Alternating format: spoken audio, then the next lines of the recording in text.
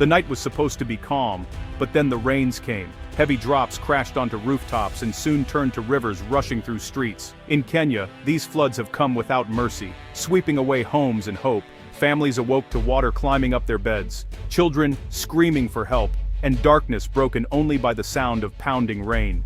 The disaster was not slow. Within hours, entire neighborhoods drowned under muddy water. Parents clutched their children, trying to find safety as their homes filled with water. In places like Nairobi and Kisumu, panic quickly turned to heartbreak as people realized this was not just another storm. It was a disaster that would change lives forever. The scale of the destruction shocked everyone. News spread quickly. Bridges gone, roads invisible, houses washed away. Emergency crews rushed to rescue those stranded on rooftops or clinging to trees. The pain in survivors' eyes told a simple truth. No one was ready for this. In these moments, the world's attention turned to Kenya, but behind every headline was a personal story of loss, fear, and unanswered questions. Why had this happened, and could it have been prevented? The skies over Kenya grew dark and heavy for days. Meteorologists warned of unusual rainfall, but few expected what came next. Rain poured down in record amounts, overwhelming rivers and streams. In hours, dry areas became lakes. Roads turned into raging torrents. People watched as their lives were washed away. The floods did not just affect the countryside. Cities too suffered. Nairobi's busy streets transformed into dangerous rivers. Cars floated like toys, and families found themselves trapped in their homes. Local businesses shut down, schools closed, and transport came to a halt. The city, usually so lively, fell silent under the weight of the disaster. In the countryside, the story was even worse. Farmland disappeared, cattle drowned, and entire villages vanished under brown, swirling water. Rescue teams, often just neighbors with ropes, worked day and night to reach the stranded. For many, help came too late.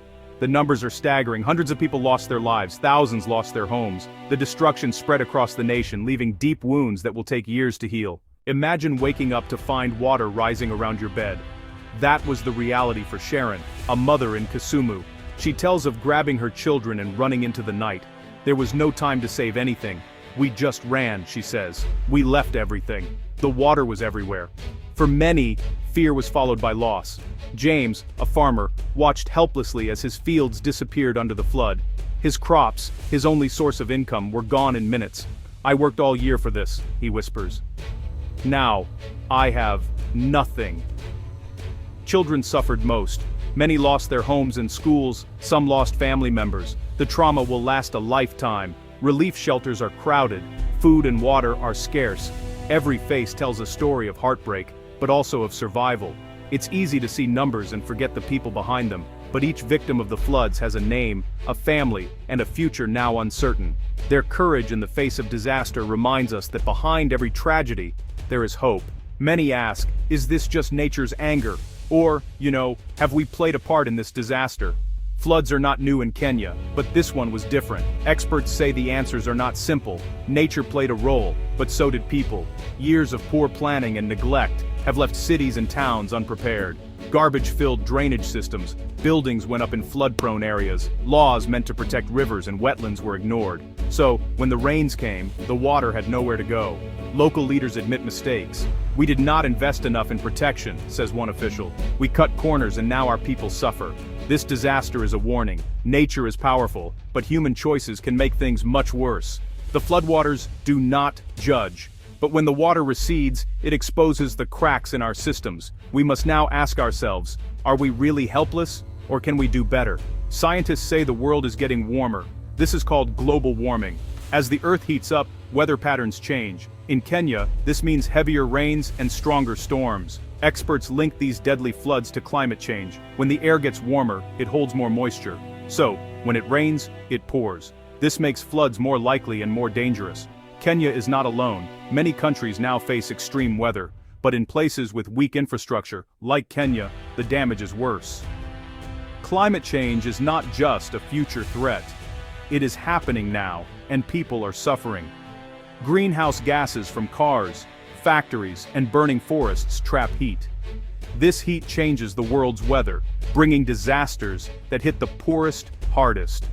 To fight future floods, the world must fight climate change. This means cutting pollution, planting trees, and working together. Kenya's floods are a warning to us all. If we do not act, disasters will only get worse. When the water goes down, the troubles do not end. In fact, that is when another battle begins. Flood survivors face disease from dirty water. Mosquitoes breed in puddles, spreading malaria. Children get sick from drinking unsafe water.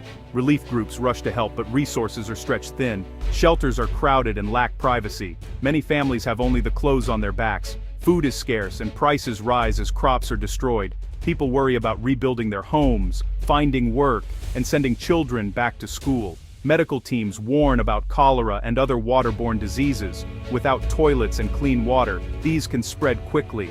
Fear and uncertainty linger long after the floodwaters disappear. The full impact of the floods will be felt for months, maybe years. Recovery is slow. For many, hope is the only thing left to hold on to. But hope alone will not stop the next disaster. The floods in Kenya are not just a local tragedy, they are a warning for the world. Without bold action, disasters like this will happen again. We must learn and change. Kenya needs better drainage, stronger laws, and smarter city planning. Early warning systems can save lives. Communities must be taught how to prepare. But this is also about global responsibility. Climate change knows no borders. Every country must do its part to reduce pollution and protect the planet. The world must support nations like Kenya, who face the worst effects with the fewest resources. We must not look away. Sharing these stories, raising awareness, and demanding change is everyone's job. The next flood could hit anywhere, maybe your home. By working together, we can build safer, stronger communities. Let Kenya's floods be a turning point. Speak up, share these stories, demand action. This is not just Kenya's fight, it is a challenge for us all.